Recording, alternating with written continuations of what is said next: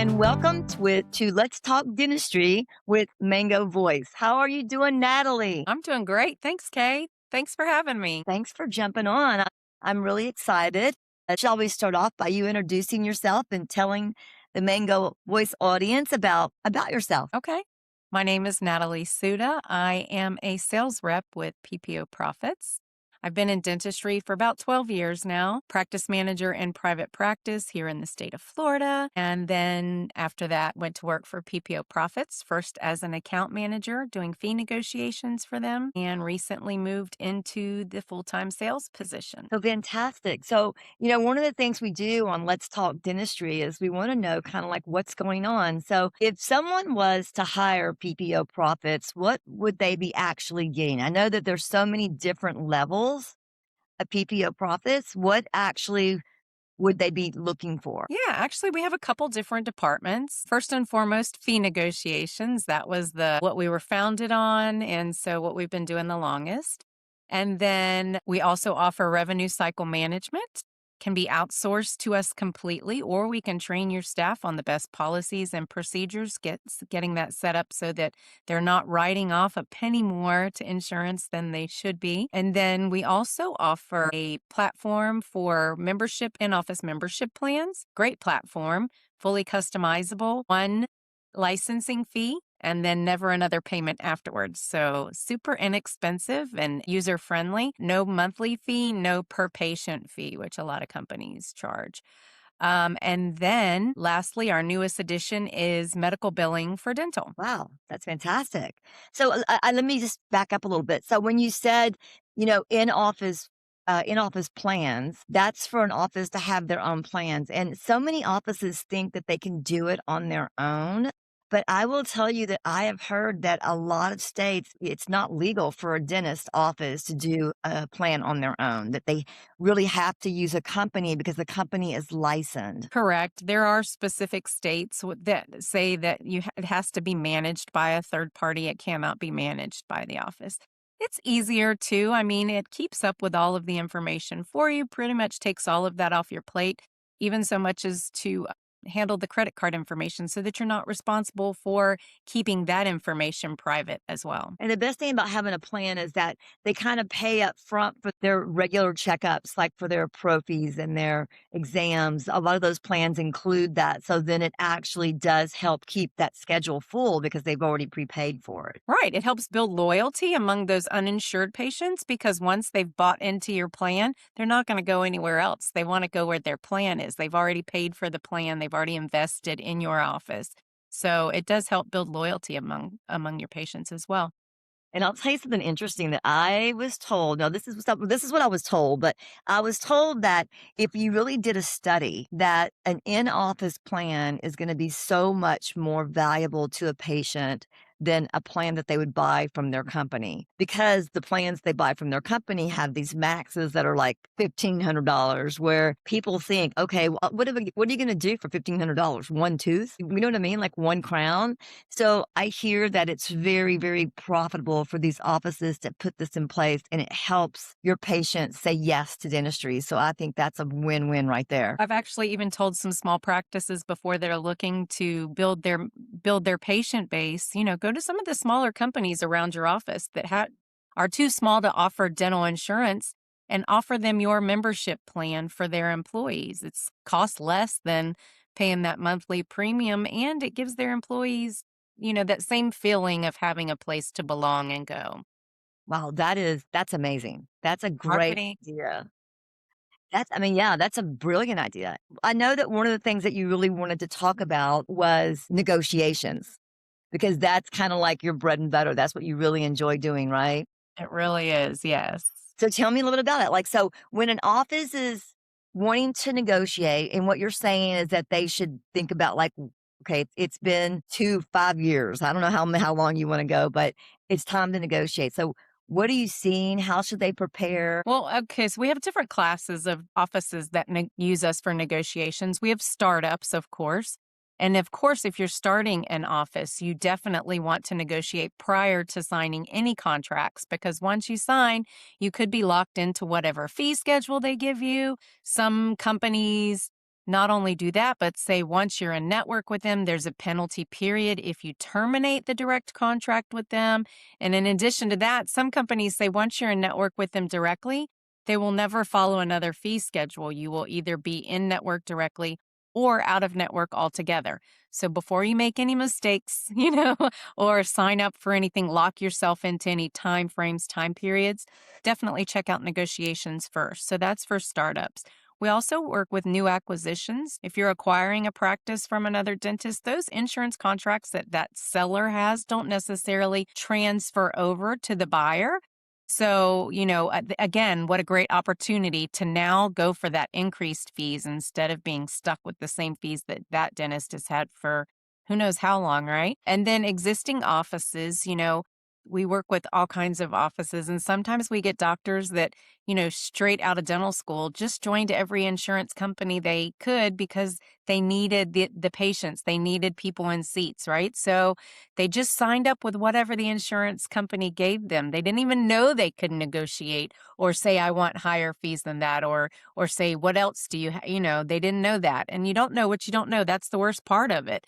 And Is. so this is something that we've been doing for a while. And so we understand all those little intricacies of how to network with those insurance companies and negotiate with them and get you the higher fees. Also, doctors that are out of network, that's our last class of doctor out of network. It's a little harder to get them to sign up with insurance companies because they're used to collecting 100% out of network. And so when you start saying, okay, you're going to have to make some adjustments as far as insurance is concerned, that doesn't always make them happy. But sometimes if they don't have enough patients coming into the office, they do need to get in network with a few insurance companies to help drive more people in their direction. Yeah, and you know what? I've seen it where I've had doctors that they don't wanna be in network, but yet I look at their fee schedule, they're below the 40th, so there's really no difference. I mean, if they're gonna not keep their fees at least the 80th fifth percentile, if you're at the 80th percentile and you're out of network and you're doing great, that's fantastic. If you're at the below the 40th and you're out of network, well, then you just yeah, do you know what I mean? You need to at least open it up and look at it, but I wanna go back to what you just said. I thought it was interesting. So you just said, because I didn't realize this too, you just said that if a new office now signs up with, let's just say, one of the insurance companies, and all of a sudden, let's just say they're getting $900 for a crown, but if they join the third party carrier, one of the big threes, they could get $1,200. But if you're saying now that that's no longer going to be allowed, or is that Only with certain companies. There are a couple that will penalize you as soon as you say, "I wanna get out of network." Of course, we never tell them we wanna get out of network because we're going in network through a third party. But if you try to terminate a direct contract, there are a couple of companies that will penalize you. I like to call it their timeout phase. It's a penalty period where they say, "Okay, now you have to be out of network for a year or up to a year before we'll even consider letting you back in network under any other fee schedule." And wow? and then there's one company that says once you have a direct contract with us, we never have to follow a third party fee schedule. You can either be in network with us directly or out of network altogether. So why do you think that's changing? That's new, right? I think with some of the companies, they're seeing more people go out of network. Some of the companies had such high out of network fees. People were going out of network because they were like, I can collect my full fee out of network, and so they were just going out of network. And I think, there are so many doctors going fee for service now. Also, it's really going to drive a lot of these insured patients to the doctors who are still in network. And so I think it's going to open new opportunities for these doctors that are staying in network, but you don't want to stay in network at low fees. You want to be in network with high fees so that when those patients do come your way, you're making your money, getting what you're paid, what you're worth with them. So every time, let's just say that a doctor's been in network for 5 years. So the contract they have, they didn't sign that. But let's say they negotiate their fees. When they negotiate their fees, is that considered a new contract? And that would that go right in? Oh, it is. Yeah, unfortunately, you have to terminate an old contract to start a new contract. And so sometimes there is that possibility that you could fall out of network for a short period of time. We do our best to make sure the new contract is in place before we terminate the old contract. That way it kind of just rolls over from one to another in most cases. But like I said, there are a couple companies that have that penalty phase. Wow, and I mean, honestly, it's so hard because dentists these days, they wanna keep up with everything. I mean, they wanna introduce the, AI, they wanna do all these things, and so it takes money to do that. So in order to do that, they have to really and truly keep an eye on the money coming in and keep an eye on their write-offs. Can you do this is all paying, do you know, like, what is an average write-off that you see when someone comes in to work with you? Like, where do you see their when you start with them, what are they writing off? 45%? I'm not sure about the write-off part of it. I know that one of the companies that we use as an example was one of my accounts when I was an account manager. And I don't know what they write off, but I know that at the beginning of the month, before like their monthly collections, PPO collections prior to negotiating was around $40,000 a month. That was their income, their collections from PPO. And after negotiations, no other changes, just negotiations, no added hours, no extra patients, no extra services, just negotiations. It doubled. It was like 80,000 a month in PPO collections. So it equated to $400,000 a year difference just from negotiations alone. That's amazing. And, I know that one of the offices that you also work with that I was coaching with too was writing off almost 1,000,000. And I do know that they were working like 6 days a week and late nights, and they were really able to change up their whole lifestyle and cut down some of their hours and still make just as much money, which to me is so important. I think that, I think all of the younger generation coming up is really more family oriented. Like they really want to make sure they're at the soccer games, all the things that they need to do with their family. And if you're taking these big write offs, you can't do that. You have to be there Right. to work. But does it just because you're making money doesn't mean you're profitable? Just because you're working hard Or and just looking at because you're busy doesn't mean you're that's what I profitable. meant to say. Yeah, 100%. just because you're Yeah. seeing a lot of patients and your chairs are full all the time doesn't necessarily mean, you're as profitable as you could be. I think So where would be a negotiation good is go ahead? single-handedly like the biggest thing you can do for your practice. Without investing in equipment or another associate or anything like that, I think single-handedly, hands down, negotiations is probably the biggest return on investment that you could do for your practice. And I'm gonna say this, and not just negotiations, also if you're a fee for service and you're not sure, because just because you're a fee for service doesn't mean it's right. You really do need to look at your numbers. You need to know your KPIs, your key practice indicators, because if you're feeling out, like I said, the 30th percentile. So it's always good to check for them also when you like let's say someone who's been practicing for 15 years, never been on an insurance plan, they still need to review it, right? Yeah, one of the first things that we do when you sign up with us is we do that UCR analysis against the National Dentist Advisory System numbers so that we can get an idea what percentile you fall into for your zip code because you want to be priced competitively within your market. But then it stands to reason that insurance companies only want to pay you if they're going to pay you 50% of your UCR and your UCR is $500, you're only going to get 250. But if your UCR is $1,000, then you're going to make 500. So, I mean, it stands to reason, theoretically, that keeping you in the higher percentile as far as your UCR is Yeah. concerned is also going to keep you in the highest percentile as far as your payments on your fee schedules, your rates of No, I reimbursement. think that's really interesting, but it's true, but you have to know your numbers. Yeah, I absolutely. do think that people sometimes don't really pay attention to their numbers, but you really want to watch your write-offs, and it's 2 things, Nelly. Watch your write-offs, right? But also know what you're billing out.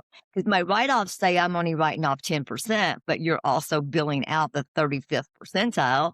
Right. Well, that's the same thing. It's like, no, we need to, like, stop and listen. I always say that it's somehow it's very easy for a doctor to say, "I don't wanna spend $3,000 on marketing," but they're okay with writing off 30,000. Yeah, So, it's definitely a give and take there. You've gotta what is the old saying, you gotta spend money to make money. I mean, as hard as that is to understand sometimes, you do have to invest a little bit. And when you think about it, like the cost of negotiations is not it is expensive. But you know what? most doctors went to dental school, right? And they knew that it was going to be expensive going in. They knew it was not going to be a quick process. It was going to be years of hard studying and learning and practicing, until they graduated dental school. And you got to kind of think about fee negotiations the same way. It's not going to be cheap. It's going to take some time, but we're setting the foundation for your future success. It's not just something that's going to pay off tomorrow. It's going to pay off continually forever, as long as you keep up with it. So it's important to think of it as not just a quick fix, but actually making an investment in your future long I term. think yeah, I think that's a great yeah, and, they'll see it in the long run, like, once it's done and over. So, I was gonna ask you a couple of questions. Number 1 is how long does it take? How do they prepare? And when is the best time to negotiate? So, those are 3 questions that I would love for you to go over. So the best time was yesterday, but you missed that. So the next best time is now to get started. I mean, there are certain times a year around the end of the year when insurance companies say that they're not negotiating at that point because they're closing their books for the year and opening books for the new year. But Uh, it takes time to get started in the process, get onboarded with our team and all of that. And so there's really not a bad time to start. The sooner the better. The sooner you can get those higher rates, reimbursement rates flowing into your office, the better. Our process, our service contract is for 18 months. I know that seems like a long time.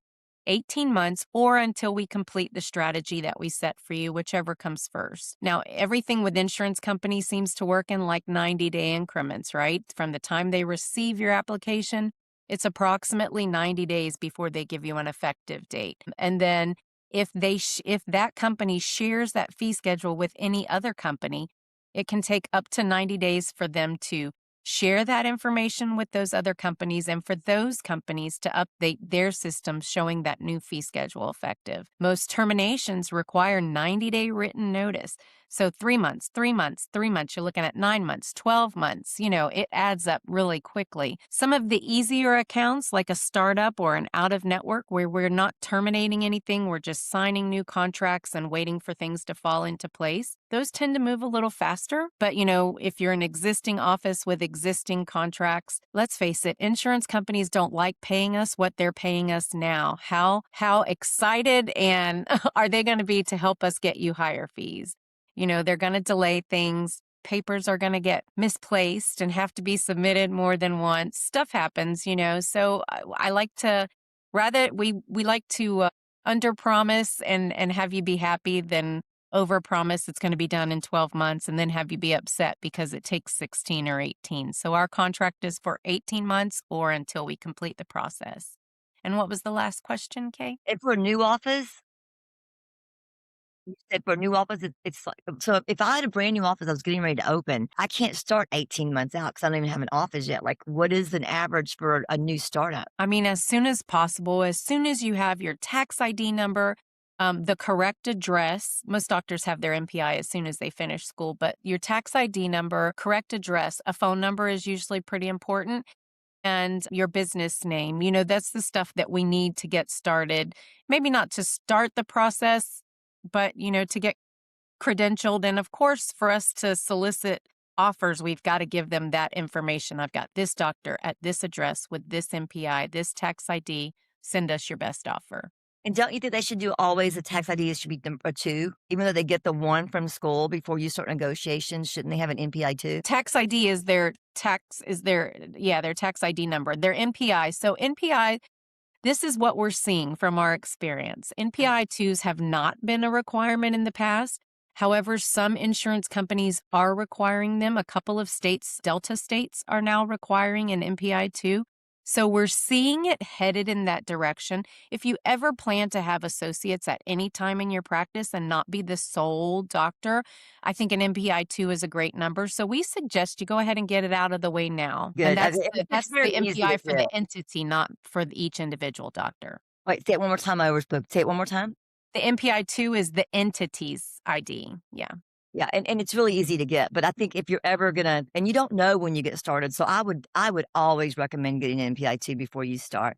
Okay, and then the last question that you asked about was, what all would an office need to have together? And I say this laughing because as a coach going into offices, I've seen it where there's books and books and books, and I go like, "Well, what insurance is it, are you participating with?" And they go, "We have no idea, none." So, That's like, not how to that's get prepared. so common, though. I remember when I was in the office and I asked my doctor what all insurance companies when I first started working with him, "Are you in network with?" He said, "Look it up online." And I was like, "Where online?" And he thought there was a list somewhere where you could just look at him and it would tell you what all insurance companies he was in network work with. And the fact is, you're that list. You need to keep up with what insurance companies you there is no master list somewhere. And so, yeah, it's kind of difficult because sometimes you're in network with companies that you're not aware you're in network with.